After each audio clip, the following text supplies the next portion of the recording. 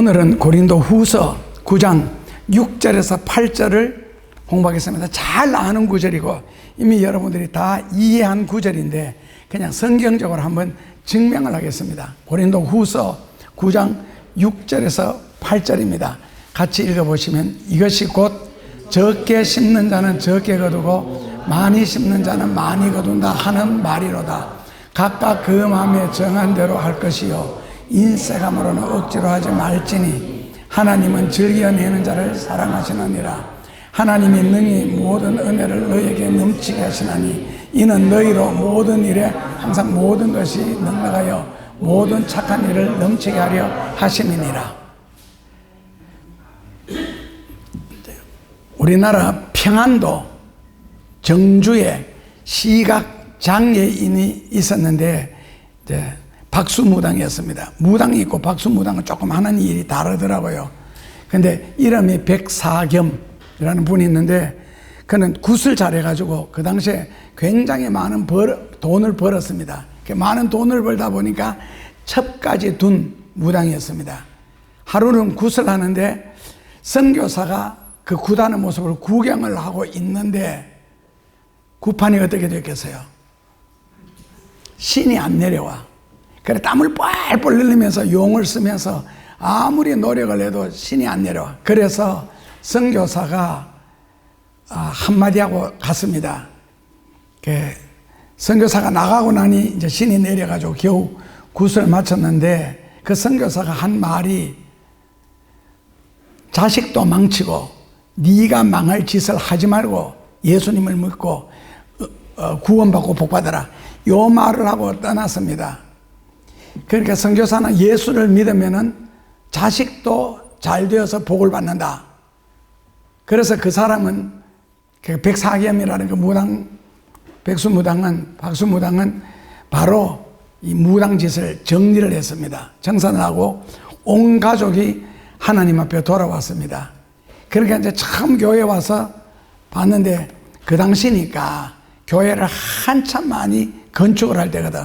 근데 이 무당이 나간 교회가 마침 교회를 건축하고 있었는데 돈이 없어가지고 건축을 하다가 공사가 중단이 됐습니다.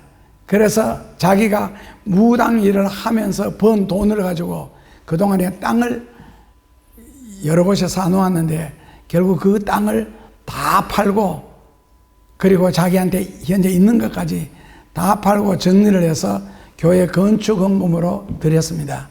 그래서 교회는 무사히 건축을 완성할 수 있었는데 교회에 자기 재산을 다 드리고 나니까 이 사람이 갈 데가 없는 거예요. 자기 사는 집까지 팔아서 바쳐버렸으니까. 그래서 교회에서는 사찰 일을 시켰습니다. 처음 나온 사람인데. 그리고 소문에 이 무당의 아들이 똑똑하다는 말을 듣고 선교사가 내가 미국에 데리고 가서 공부를 시키고 싶은데 해도 되겠느냐 하니까 그 아들이 자기가 따라가겠다 했습니다. 그래서 아버지가 결국 아들을 선교사 도움으로 미국에 가서 공부를 하게 되었습니다. 그리고 공부를 끝나고 한국에 돌아와서 뭘 했느냐면은 1950년대 60년대 초반 그때만 할지라도 국회의원이라는 단어가 없고 그때는 뭐라 그랬어요? 참의원이라고 그랬습니다. 참의원.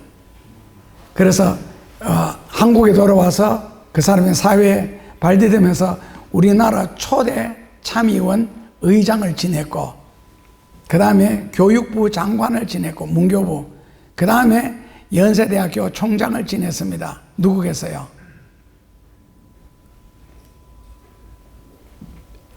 아버지 이름이 백씨니까 초대 총장, 연세대 총장, 문교부 장관 한 100씨가라면 한 사람밖에 없잖아요. 남자 백낙준 박사예요. 백낙준.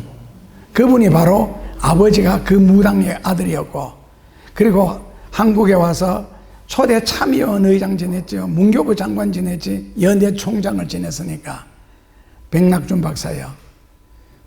아버지는 무당으로서 귀신 앞에서 결국 귀신을 섬기다가 하나님 앞으로 돌아온 경우인데 돌아온 과정이 참 멋있잖아요. 믿음이 뭔지 이것도 저것도 아무것도 모르고 다만 자식도 망하게 하고 집구석도 망하게 하는 무당을 섬기지 말고 귀신을 섬기지 말고 자식도 복을 받고 너도 구원을 받는 하나님을 믿으라 했을 때 그 사람이 무당하면서 벌었던 돈, 그리고 이거 여기저기 땅을 사놨는데 그걸 다 팔고 자기가 살던 집까지 팔아가지고 교회에다 다 바쳐버린 거예요. 그러니까 세상이 내게 준 것은 내가 갖지 않겠다. 그러니까 믿음도 없으면서 그런 생각을 했거든요. 그런데 그 아버지가 행하였던 그 알았던 몰랐던 상관없이 헌신이 예수님을 잘 믿으면은 이렇게 복을 받는구나. 그러니까 집안까지 잘 되는구나 하는 것을 이제 간증을 하게 되죠. 하나님께 드리면은 하나님은 반드시 보상해 주신다는 것이 뭐라고요? 이 정도 일줄이야. 아들이 참의원 의장이 되고 문교부 장관이 되고 연대 총장이 된다는 걸 상상이나 했겠어요. 그리고 사회에 끼친 그 공헌이라 그러는 거. 근데 우리나라에 현신의 권사님이라고 1980년대 병 고치는 일로는 가장 훌륭했을 거예요. 그거 권사인데 그분이 어떻게 그렇게 하나님이 많은 은사를, 그분은 이북에서 내려오신 분이잖아요. 받았느냐 했을 때에 이유가 있더라고. 그렇게 자기에게 주어진 재산을 하나님 앞에 다 드리고 나니까 그 다음에 이제 어떤 그 영역, 은사가 내려오는데 그 다음에 수많은 병을 고치게 되는. 그래서 용산에 가면은 용산 입구에 그 성교회라고 큰 교회 있는 데가 그분이 지었는 교회다. 근데 그분이 엄청나게 뭐 서울, 대구, 그리고 전주, 부산, 대전에는 있다는 소리를 못 들었는데 이런 데 가는 데마다 굉장한 교회와 그러면 기도원을 세워서 그 일을 했습니다. 그래서 죽었을 때 하나님 앞에 가니까 상급이 하나도 없다. 구원도 겨우 받았더라. 그래서 내가 하나님을 위해 헌신한 것이 얼마나 되는데 했더니 그거 다 네 이름으로 해놨지. 네 이름으로 되어 있는 게 있느냐. 그래서 그 환상에서 입신에다 깨어나자마자 서울의 용산에 있는 성교회에 그거부터 다 자기 손을 떠나보내고 자기는 조그마한 단칸방 하나를 구해서 거기서 기도하면서 나머지 여생을 보내고 이제 이런저런 좋은 일을 하는 그런 내용들이 나옵니다. 그러니까 뿌리지 않는 곳에 곡식은 싹이 트는 법이 없고 무슨 씨앗을 뿌리느냐, 그리고 무슨 씨앗을 얼마나 뿌리느냐, 농사를 비유로 해서 축복의 원리를 오늘 성경에 설명을 하고 있습니다. 누가복음 6장 38절에 잘 외우는 구절 있잖아요. 주라 그리하면 내가 너희에게 줄 것이니 곧 후이 되어 누르고 흔들어 넘치도록 하여 너희에게 안겨주리라. 후이 되어 누르고 흔들어 넘치도록 하여 너희에게, 그것이 사람이 생각할 때는 이 정도일 줄이야. 그러니까 그 하나님의 축복의 크기를 사람은 상상을 못하는 거예요. 지금 내 손을 떠나 보내는 것이 이제 아까운 생각이 드니까요. 그래서 사람이 한번 하나님의 복을 받기 시작하면, 그래서 따라서 사람마다 다르겠지만은 하나님의 축복이 이 정도 클 줄이야, 이 정도 일 줄이야, 이 정도 클 줄이야, 상상도 못한. 그러니까 무당 아버지가 그 헌금을 드리면서 내 아들이 이렇게 큰 복을 받을 줄 상상이나 했겠어요. 그것도 영적으로 정신적으로 굉장히 좋은 영향을 끼쳤는데, 그래서 하나님의 축복이라는 것은 끝이 없다. 자손 천대 이르기까지도. 복이라는 것은 복을 낳는 거니까. 저주라는 것은 이제 끝이 있죠. 그래서 끝이 없는 축복이기 때문에 우리는 뭐라고 부르느냐? 기적이라고 부릅니다. 기적이라고. 기적. 기적이니까 복이라는 게 끝이 없을 수가 있다는 거죠. 그러니까 하나님의 축복이고. 그래서 오늘 고린도 후서 9장 6절에서 8절에 헌금은 주님께 대한 우리 마음을 표현하는 도구입니다. 그래서 헌금의 액수보다는 더 중요한 것은 우리가 어떤 심정으로 하나님 앞에 드리느냐, 어떤 심정으로 하나님 앞에 드리느냐가 헌금을 드리는 유일한 잣대가 됩니다. 그러니까 성경적인 생각을 가지고 헌금을 드리느냐, 인간적인 생각을 가지고 헌금을 드리느냐 했을 때에 과부의 엽전 두 입 두고 예수님은 한없는 칭찬을, 과부의 엽전 두 입이 두 렙돈이라고 그랬는데, 두 렙돈은 한국 돈으로 얼마라고요?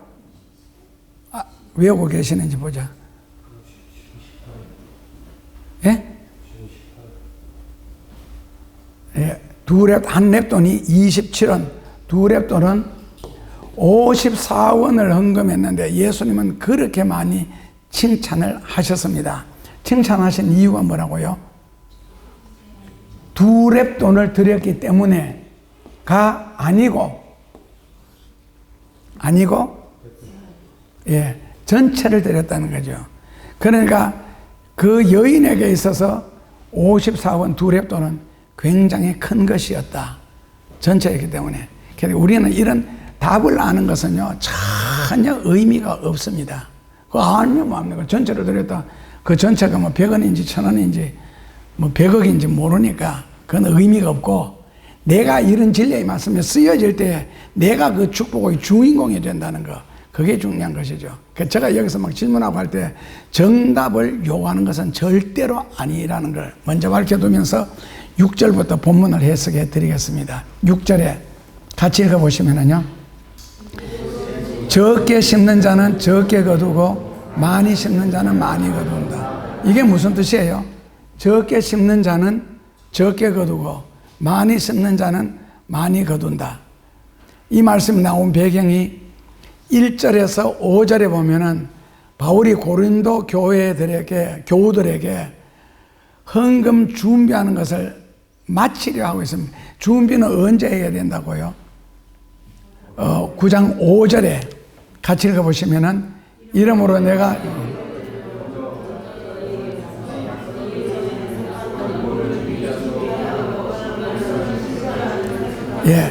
미리 준비한 헌금을 드릴 수 있도록, 그러니까 이렇게 준비하여야 뭐라고요? 참 연보가 되고 억지가 아니니라. 뒤집어서 말하면 헌금은 억지로 하는 것이 아니다. 그리고 참 연보는 미리 준비하는 것이다. 미리 준비하는 것이 언제 준비하는 게 미리 준비하는 거예요? 예를 들어 우리가 주일날 헌금을 하는데 언제 준비해야 억지도 아니고 진실함으로 드리는 것이 되겠어요? 네? 언제? 무슨 요일? 과일 딸 때 챙겨야죠. 그래, 그게 생겼을 때. 예, 바로 그죠? 예, 그게 이제 오늘날 교훈을 받고자 하면은 내 손에 들어오는 그날, 그리고 꼭 요일로 따진다면은 월요일 날 주면은 이게 언제까지 기다려야 돼요? 주일까지 기다려야 되잖아요. 그러면 6일 동안 기다리면서 온갖 생각 다. 그러면 안 돼요. 아니, 월요일부터 또 토요일까지, 금요일까지 들어오는 액수가 있는데 월요일날 드리고 나면. 그래서 조그마한 뭐라고 대답하셔서요? 내 손에 들어있는 즉시. 그럼 예를 들어가 어린, 예? 주일날 교회 와서 드렸는데 월요일은 하루밖에 안 되죠. 예. 이렇게 시간 끌면 30분이 넘어갑니다. 네, 그렇죠. 그러니까 성경적으로 말하면은 자기한테 소득이 생기는 날, 첫날. 그러니까 월급쟁이들은 이제 정해져 있죠. 월급날이지만 예. 사업하는 사람들. 사업하는 사람들 언제 들을지도 모르잖아요. 사업이니까. 그러니까 어린이들은 유일하게 수입이 생기는 날이 언제죠? 1년에 크게 수입 생기는 날이지. 세배날. 요새요, 그 주문 쬐까는 것도요, 5만원 주는 거 받았고, 얼른 지내어만 주고요. 내가 저걸로 100불 줬더니, 얼른 0.1초 내로 얼른 받자마자 뺏어갖고 지내어만. 미국에서 100불 주는 것은 그게 얼마나 큰 돈이냐면은, 우리는 100불을 굉장히 쉽게 생각하거든, 한국 사람들은. 지난번에 삼촌이 미국에서 들어오면서 100불짜리를 바꿔가지고 하여튼 조카들 요만한 것부터 시작해서 4가지 100불을 다 줬는데 내가 그걸 속으로 뺏고 싶더라고. 미국에서는 100불 주고 뭐 음식을 사거나 100불짜리 딱 내면은 슈퍼 같은 데서는 보면은 그 카운터 계산하는 데 있잖아요. 거기다 100불짜리를 딱 넣으면 100불짜리가 그 기계를 타고 하늘로 그러니까 천정으로 올라가요. 드르륵 하면서 올라가서 이게 진짜인지 가짜인지 그것부터 판별을 해요. 100불짜리가 그렇게 큽니다. 100불짜리. 우리는 아무것도 아닌 것처럼 생각하는데, 그러니까 이게 가짜 돈이냐. 그냥 어떤 교회에서 그 헨리 포든가 그 고향의 시골에 가서 헌금을 100불짜리를 딱 했더니 미국에는 이거 바구니에다 헌금을 담거든요. 바구니가 이렇게 돌아요. 담는데 목사님이 강단에서 딱 보니까 100불짜리가 딱 올라와 있는 거야. 그러니까 기도하면서 한 말이, 이 100불짜리가 위조 지폐가 아니면은 평소보다가 100불이 더 들어왔습니다. 위조 지폐가 아니면 100불이 그렇게 큽니다. 그래서 만약 미국에서 뭐 아이들, 중고등학생들, 대학생들 같은 거 만났을 때 아는 사람의 자식일 때 100불 준다는 거는 그 나를 다 주는 것, 마치 자동차 키를 맡기는 것과 똑같습니다. 그 자동차 키는 자기만 운전해야지, 네가 운전해라 하면서 키를 맡기는 것은 내 생명을 주는 것하고 똑같습니다. 그만큼 큰 일이고 중요한 일입니다. 적게 심는 자는 적게 거두고 많이 심는 자는 많이 거둔다. 이게 이제 농사에 비유해서 바로 이 말이 나오거든. 그리고 9장 그 첫째 날을 준비하라 그랬는데, 이렇게 준비하여야 참여보고 억지가 아니니라. 그 이제 요일상 첫째 날은 월요일이고, 우리말로 가장 비유가 될 때는 내 손에 수입이 생기는 거고, 부담 주는 김에 한 번 더 줘야 되겠다. 만약에 민정이나 주현이가 앞으로 학교 졸업하고 직장에 들어가겠지. 지윤이가 직장에 들어갔을 때 처음에 월급을 받을 거다. 그러면 처음 월급 받으면 그 어떻게 해야 돼? 처음 월급 받아가 뭐를 해야 돼? 처음 뭐 한다고? 저축? 너 같으면 저축해? 첫 월급에 받지 말자. 그러면 이때까지 나를 보살펴 주신 부모님한테 원래 우리나라 그 관습으로는 속옷 사주는 거 알지? 속옷 사주고, 그리고 학교를 다니면서 국민학교 같으면 한반 담임이 있는데, 이제 이렇게 학교를 오랫동안 다니다 보면 선생님이 너무 많아가지고 그동안에 내 인생에 가장 크게 영향을 끼친 선생님, 나 같으면 국민학교 6학년 선생님 이름 김유복, 그 선생님 같은 거 머리에 남고, 그리고 국민학교 1학년 때 담임 선생님 양희은, 생각도 안 한다. 다 죽었다 그 사람들. 효도도 못 하겠더라. 그런 분이 내한테 남아. 그러니까 그 선생님한테 역시 양발이나 이런 거 속옷 사서, 원래 속옷은 아무나 사주는 건 아닌데 가서 인사하고, 그 다음에 교회에는 목사님한테 속옷, 내 속옷 많다, 우리 집에 양발도 많고 필요 없다, 사서 갖다 드리는 것이 우리나라 관습으로는 예의고, 그리고 만약에 내가 서울에 살다가 지방으로 직장 때문에 이사 갔다 그러면 꼭 음료수나 과일이나 이런 걸 사가지고 거기 그 교회 찾아가서, 목사님을 찾아가서 그 도시에서 그 목사님한테 인사드리고 기도받고 시작하는 것이 굉장히 성경적이고, 그리고 이제 첫 월급을 받았을 때에 그 저축을 하면은 은행에다가 그 돈이 가만히 숨어 있거든. 쉬고 있다고. 돈이라는 게, 돈은 돌아야, 움직여야 돈이 되는데, 그래서 우리가 평생을 하나님 앞에 복을 받고 살려면은 성경에는 하나님께 드려라. 그러면 되게 억울하겠잖아요. 공부도 10몇 년 이상 해가지고 학교를 다니고 해가 첫 월급을 알지는 못하는 신한테 다 뺏긴다는 거. 근데 우리는 첫 월급 해도 그 얼마 되지도 않는데, 그는 오늘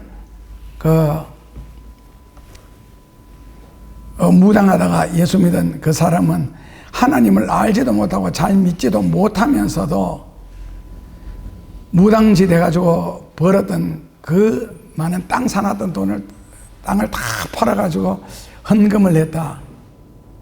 그리고 자기 살 집까지도 팔아서 드리고 갈 데가 없어가 교회에서 사찰을 했다.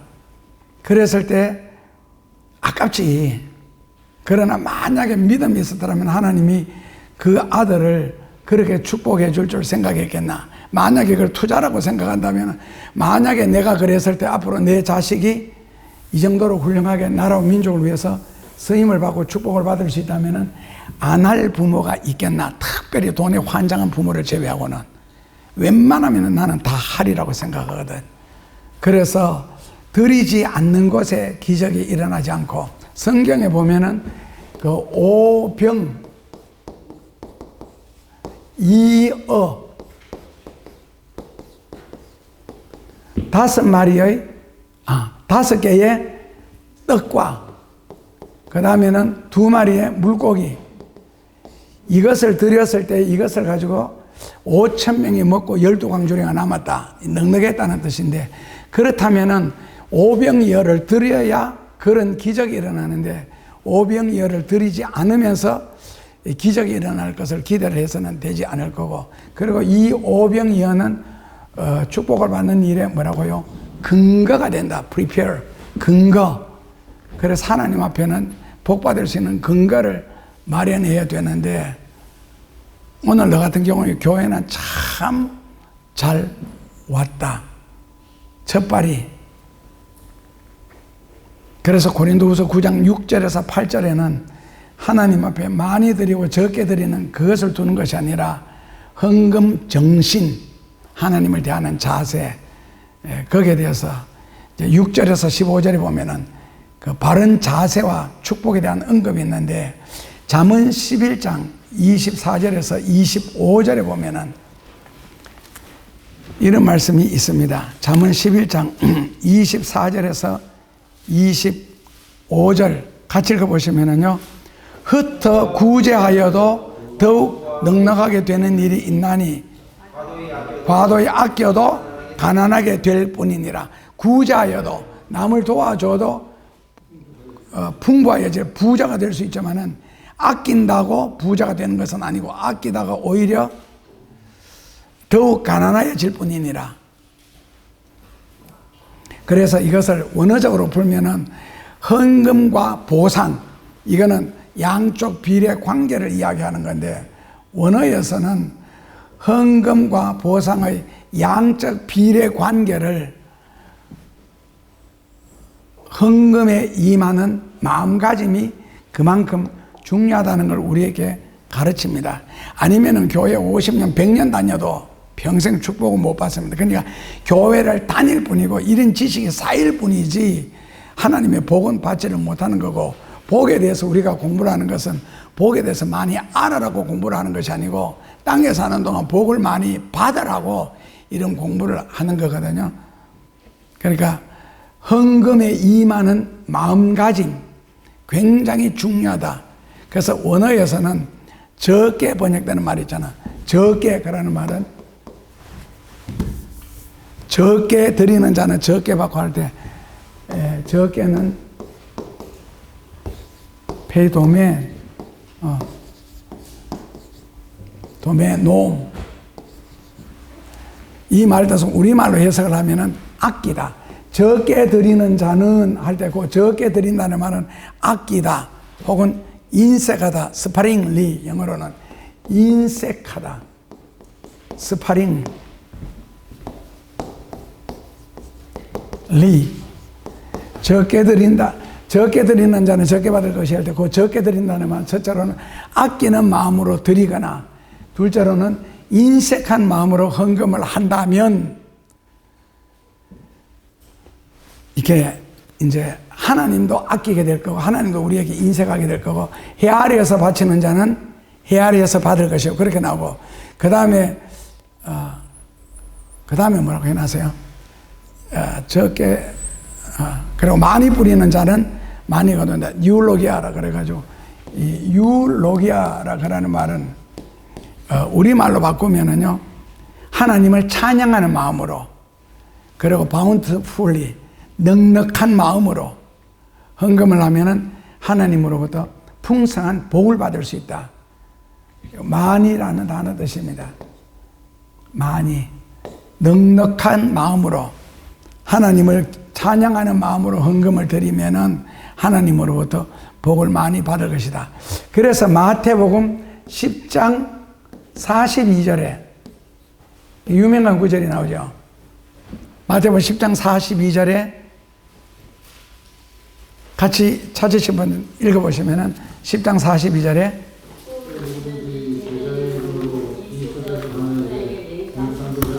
이 소자에게 냉수 한 그릇이라도 주는 자는 그 상급을 결단하고 잃지 않는다. 그랬는데 냉수 한 그릇 주는 것은 우리나라는 아무것도 안 하잖아요. 우리나라는 뭐 식당에 가도 전부 다 냉수를 공짜로 다 주고 더 달라 그러면 더 갖다 주는데 아열대성 지방이나 이 성경에 나온 배경 이스라엘 나라 같은 데는 사이다 콜라는 갖다 줘도 냉수는 돈을 주지 않으면은 절대로 냉수는 주지 않습니다. 그래서 이 냉수 한 그릇이 우리가 잘못 해석하면 별것 아닌 것, 흔해 빠진 것 하나라도 남에게 베풀면은 하나님이 거기에 대한 보상은 반드시 주신다라고 설교는 할 수 있지만은 그런 뜻은 전혀 아닙니다. 왜냐하면은 냉수 한 그릇을 뜨기 위해서는 이스라엘에는 우물을 파잖아요. 중동 같은 데서는 우물을 팔고 물을 얻으려고 샘을 파면은 샘을 7군데를 파면은 6군데가 석유가 나온대요. 근데 우물은 아무데나 나오지 않는데 아브라함 시대 때 나중에 야곱, 이삭 이때 건너가면은 이제 그 우물을 파는 이야기 많이 나오는데 그때에 이삭이 우물을 팔 때마다 물이 나왔거든요. 5군데 우물을 팠는데 5군데 다 물이 나왔습니다. 그걸 딱 바라본 이방 민족들이 이삭이 하는 일마다 하도 복을 받으니까 우리가 서로 공격자로서 있지 말고 서로 친구로 가깝게 지내자. 왜? 우물 나는 것을 보고요. 그렇게 우물이 복입니다. 그런데 이스라엘에는 이제 아열대성 기후이기 때문에 우물 하나를 파기 위해서는 깊은 우물은 지하 300m까지 들어갑니다. 우물 파는 걸 저는 시골에 우리 집에 우물 팔 때 봤는데 우물은 이렇게 팝니다. 처음에 시작할 때는요, 이 거의 뭐 마당의 절반 가까이로 이렇게 딱 파요. 그리고 내려갈수록 차츰차츰 좁아지고 나중에 우물, 요 이제 물이 나잖아요. 물 나오면 거기서부터 돌을 가지고, 우물은 다 돌 가지고 이렇게 샀거든요. 돌을 가지고 쌓으면서 여기 이제 돌로서 메워 나옵니다. 이런 식으로 이렇게 올라오면은 요거는 직선거리니까 한 보통 시골에서는 한 50m, 30m 캐도 뭐 아파트 7, 8층 높이니까 그 얕진 않는데 이스라엘 같으면 이게 몇 메다까지 간다고요? 물 안 나는 곳에는 300m. 300m 가기 위해서는 이런 식으로 똑바로 올리면 못 내려가니까 이제 올라올 때 계단식으로 이렇게 만듭니다. 이스라엘 그 가면은 이제 무기또 지방, 앞으로 마지막 전쟁이 일어날 아마겟돈, 거기에 가면은 이게 있는데 이렇게 계단으로 해가지고 우물을 빙빙 돌면서 내려가다가 어떤 데는 바위 같은 게 계단이 안 되니까 사다리 있잖아요. 우리나라 말로 바꾸면 줄사다리. 비행기, 헬리콥터 타면 그런 걸 제가 말씀. 줄사다리. 이것이 돼가지고 한 10m 정도, 아파트 3층 높이로 10m 정도로 이 줄사다리를 내려놓고 여기서부터 다시 계단으로 내려가는데 이 줄사다리는 흔들리는 것이죠. 맨몸으로 가도. 그런데 물을 한 동아리 이고 다니는, 우리나라가 풍석 같거든요. 물을 이고 올라오기가 얼마나 힘들겠어요. 그렇게 올라오고 300m를 지하에서부터 계단을 타고 올라와서 나오는 게 냉수 한 그릇이에요. 그러니까 냉수 한 그릇 떠준 자가 그 상급을 결단하고 잃지 아니하리라는 말은 최고의 정성과 희생이라는 뜻입니다. 가장 좋은 것. 이스라엘 더우니까 물은 사이다 콜라는 못 마셔도 물은 마셔서 하니까.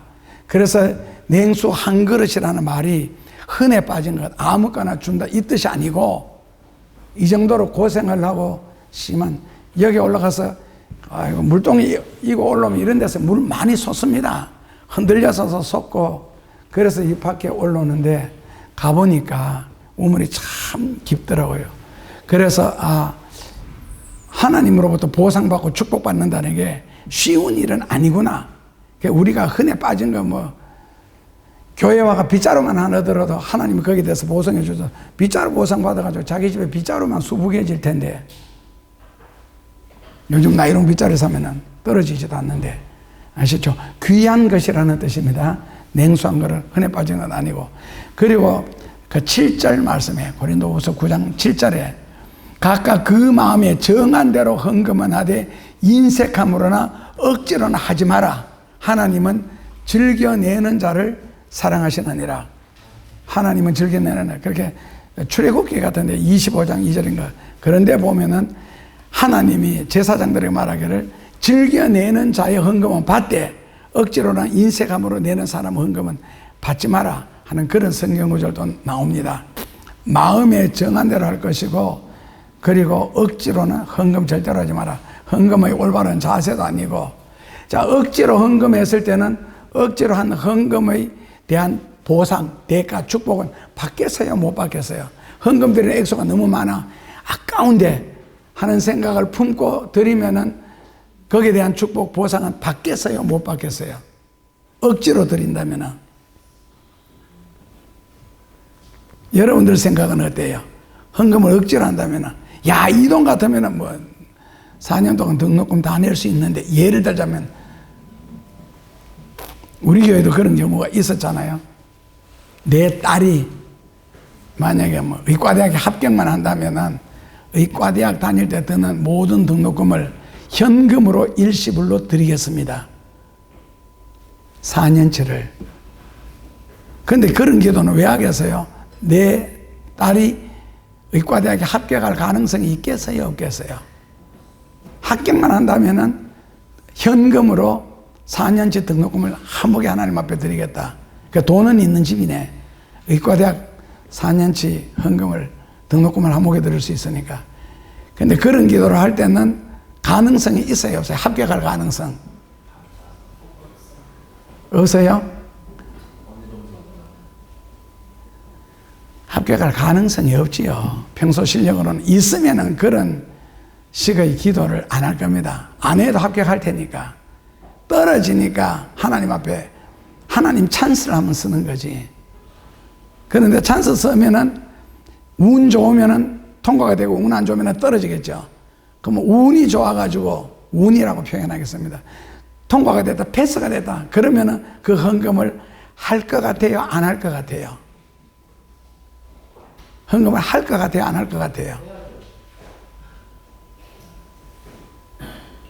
해야 되는데 교회에 예. 그 4년치 등록금, 의과대학 등록금을 뭉쳐놓으면은, 아이고, 그게 얼마 몇 억이 되거든요? 의과대학 비싸잖아요.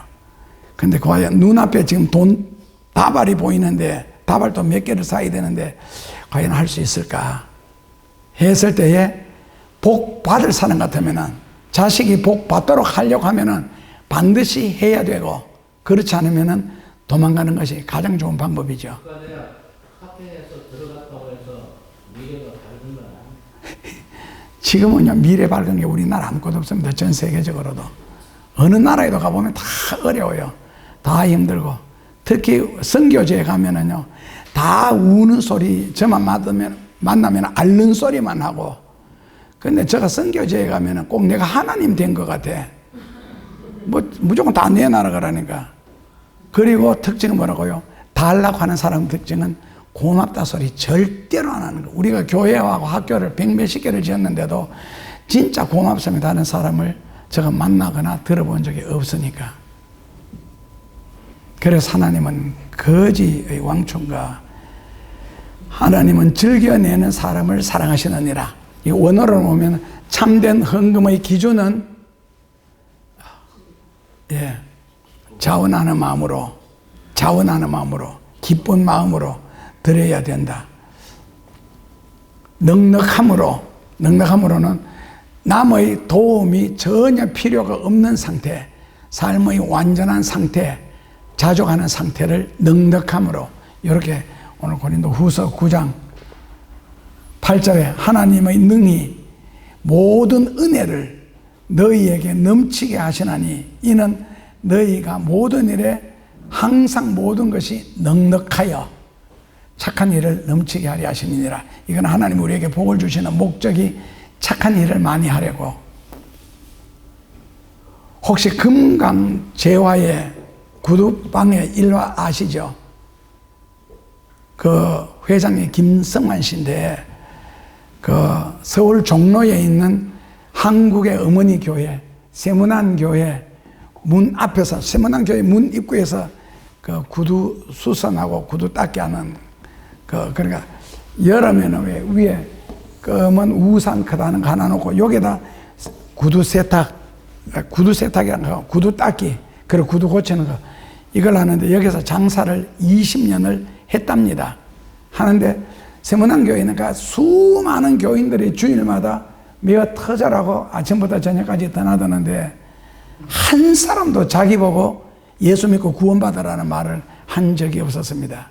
그래서 20년이 지났을 때에 이 사람이 하도 저 교회 안에 도대체 뭐가 있길래 이 수많은 사람들이 드나드느냐 궁금해가지고 교회 안에 들어가고 싶어서 양복을 구해가지고 넥타이를 메고 성경 찬송가를 사가지고 들고 교회 앞을 문 앞으로 왔다 갔다 하면 누구든지 교회 들어가지 않고 말만 하면 따라 들어가려고 했는데 한 명도 자기 보고 교회 같이 들어가자는 말을 한 적이 없었습니다. 그래서 이 사람이 나중에 결국 교회 다니는 거 포기하고 앉아서 장사하는데 그런 마음이 간절해서 그런지 누가 교회 지나가는 사람이 자기 보고 하더래요. 예수 믿으면은 구원받고 복을 받는다. 그래서 이 사람이 그 구원이라는 걸 잘 모르니까 복 받는다는 말에 귀가 번쩍 뜨여가지고 그럼 어떻게 하면 됩니까? 그러니까 주일날 교회 오면 된다. 그래서 그러면 복을 받으려고 하면 주일날 교회만 가면 됩니까? 라고 했더니 그 전도자가 입을 못 대고 가만히 있는 거예요. 한 가지 더 있기는 있는데. 그래 이 사람은 급하니까 그게 뭡니까? 라고 물었더니 11조 이야기가 나왔어요. 그래서 주일날 교회 오고 11조를 드리면 일단 구원받고 복음 받는다. 그렇게 해서 그 다음에는 자기가 용기를 내가지고 교회 안에 들어갔습니다. 아무 아는 사람도 없고 그렇게 예배를 드렸는데 정말 예수 믿고 11조만 하면 주일날 교회만 오고 그것만 하면 복을 받습니까? 하니까 전도자가 맞다 하더래요. 그래서 그 다음부터 바로 이것을 실천을 했습니다. 그래서 시작된 기업이 우리나라의 금강제화 아시죠? 금강제화의 지금 재산이 얼마 정도 되는지 혹시 아세요? 금강제화 재산이 지금 11조 원입니다. 11조 원. 그 시작이 바로 구두 닦기에서부터 시작했다고. 그렇게 믿음으로 살려고 결심을 하고 실천을 하니까 하나님이 11조 원이나 되는 복을 주실 줄 누가 알았겠어요? 이랜드도 마찬가지고. 그럼 많습니다. 그래 보고 뭐 미국에는 더 세계 10대 부자 안에 들어가는 사람들이 많이 있는데 그래 사람이 좀 어렵고 힘들지라도 남보다가 다른 신앙이 있잖아요. 남들보다도 다른 믿음. 그렇게 한다면은 하나님의 눈에 띄게 될 때 하나님이 우리가 생각하는 것이 넘치도록 이 정도 일줄이 할 자기가 감탄하도록 어떤 분이 복을 받으면서 그런 생각이 들더래요. 사람이 복을 받으면 이렇게도 많이 받을 수가 있겠구나 하는 생각이 들 정도로 물론 그분도 뭐 봉사하고 섬기고 많은 일을 했죠. 이렇게도 복을 받을 수가 있겠구나 하는 생각하는 것이 넘치도록 그리고 우리가 성경을 읽을 때는 굉장히 쉽게 읽잖아요. 우리의 온갖 구하는 것이나 생각하는 것이 넘치도록 그리고 신명기 28장 2절에 보면은 너가 말씀을 순종하면은 모든 민족 위에도 너를 뛰어나게 하실 수가 있다. 그리고 아브라함에게는 시편 2편 7절 8절에 보면은 너가 내 말을 순종하면 내가 한 나라라도 너에게 주리라. 근데 아브라함이 진짜 그 가나안이라는 나라 요즘에는 뭐 그 좀 더 갈려가 있죠. 팔레스타인에 그 나라를 주실 줄 어떻게 알았겠으면 믿었겠어요. 그런데 역사가 시간이 지나고 나니까 실제로 그렇게 되었더라는 거거든요. 그러니까 예수님을 믿고 구원을 받으려고 하면은 그냥 성경 찬송가 끼고 교회만 왔다 갔다 하면 되겠지만은 하나님의 복을 받으려고 하면은 복 받을 짓은 반드시 해야 된다. 왜냐하면은 교회를 다니는 사람은 많은데 누구는 적겠어요? 여기서 숙제 한번 내보자. 자, 교회를 다니는 사람은 많은데 누가 적겠어요? 그렇겠죠. 조금 더 성경적으로 정리하면은 예수님을 믿는 사람들은 적고 예수님을 믿는 사람들도 많다고 했을 때 예수 믿는 사람 중에 예수님의 복을 받는 사람은 굉장히 적은 거예요. 그리고 더 적은 것은요, 예수님을, 물론 여기서 나와야 되는데, 사랑하는 사람. 그러니까 교회를 다니는 사람은 많은데, 예수 믿는 사람은 적고, 예수 믿는 사람은 굉장히 많은데, 복 받는 사람은 거의 없다. 예수님을 사랑하는 사람은 거의 없다. 그렇다면 우리는 그 중에서 제일 어려운 예수님을 사랑하는 법을 배운다면은, 하나님의 법은 나를 사랑하는 자에게 내가 복을 내리리라. 잠언 8장 읽고 마치겠습니다. 잠언 8장 17절입니다. 같이 읽어보시면요. 나를 사랑하는 자들이 나의 사랑을 입으며 나를 간절히 찾는 자가 나를 만날 것이라. 18절에 부귀가 내게 있고 장관 재물과 의도 그러하니라. 그러니까 하나님은 뭐를 가지고 계신다는 거예요? 하나님은 뭐를 가지고 계신다? 부귀와 장구한 재물을 하나님이 갖고 계셔. 이 말을 누가 못해요? 하나님은 뭐 천지를 창조하시고 길바닥에 돌 하나라도 정금으로 됐는데 부귀와 재물이 하나님께 있다. 우리 관심은요, 이거 아는 것은 별 의미가 없습니다. 뭐가 중요해요? 이걸 하나님이 누구에게 주시느냐, 우리말로 바꾸면 누가 받느냐지요. 거기에다 신경을 써야죠. 그러나 하나님이 이걸 누구에게 주시겠어요? 예, 답이 거기 있죠. 17절에 아니 맞나? 나를 사랑하는 자들이 나의 사랑을 입으며 나를 간절히 찾는 자가 말할 것이라. 답은 21절에 있네. 이는 나를 사랑하는 자로 재물을 얻어서 창고를 채울 정도로 하나님이 물질로 축복해 주신다. 하나님을 뭐라고요? 사랑하는 자 여있네요. 결국 교회 다니는 사람, 예수님을 믿는 사람, 하나님을 사랑하는 사람이 복을 받는다. 그러니까 하나님을 사랑을 하면 됩니다. 어떻게 하면 하나님을 사랑할 수 있을까요?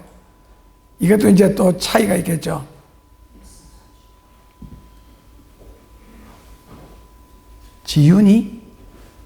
지윤이가 하나님을 사랑하는 방법을 만약에 딱 질문한다면 예수님이 뭐라고 대답할 것 같아요? 주일마다 교회 다녀라. 굉장히 간단합니다. 주일마다 교회 다녀라. 더 이상 요구 안 하실 것 같아요. 하나님이. 그것만 할지라도 앞으로 복을 받을 수 있다는 건데, 만약에 교회 권사나 장로가 됐다. 그럼 나는 하나님을 어떻게 사랑할까요? 하면 뭐라고? 주일날 한 번씩 주일 성수만 하면 된다. 이렇게 대답하실 것 같아요. 하나님이. 절대 안 해야죠. 그러니까 어린아 때는 아이는 엄마 젖만 있으면은 그거 가지고만 얼마든지 먹고 살 수 있고, 그리고 뭐 폭탄이 옆에 터지든지 말든지 엄마가 자기를 안고 피난을 가든지 말든지 엄만 젖만 붙들고 있으면 어린아이는 만사 형통하다. 아무 걱정도 근심도 그 아이한테는 없는 거예요. 그 포화 속에서도 얼마든지 잠을 잘 수가 있는데, 만약에 나이가 40이나 50이 돼가지고, 아니 20살한테 돼서도 오줌 싸누고 똥 싸누고 똥 싼다고 또 왕 울면은 엄마가 와서 기저귀를 갈아줄까? 과연? 그러니까 사람마다 성경 아는 만큼 열심에 따라서 하나님을 사랑하는 방법은 다 다를 겁니다. 그 사람마다 하나님을 사랑하는 방법이 다 다르기 때문에 내가 어떻게 하면 주님을 사랑할 수 있겠습니까? 라고 기도를 하시면은 여러분들 형편에 맞게 예수님이 적절하게 대답을 해 주실 겁니다. 여러분들에게 맞도록 터무니없는 요구는 절대로 하지 아니할 겁니다. 여러분들이 제일 겁을 내는 뭐라고요? 재산을 바쳐라 소리로 하나님은 절대로 하지 않을 겁니다. 그런 응답은 받지도 말고 받을 생각도 하시면 안 됩니다. 아시겠지요?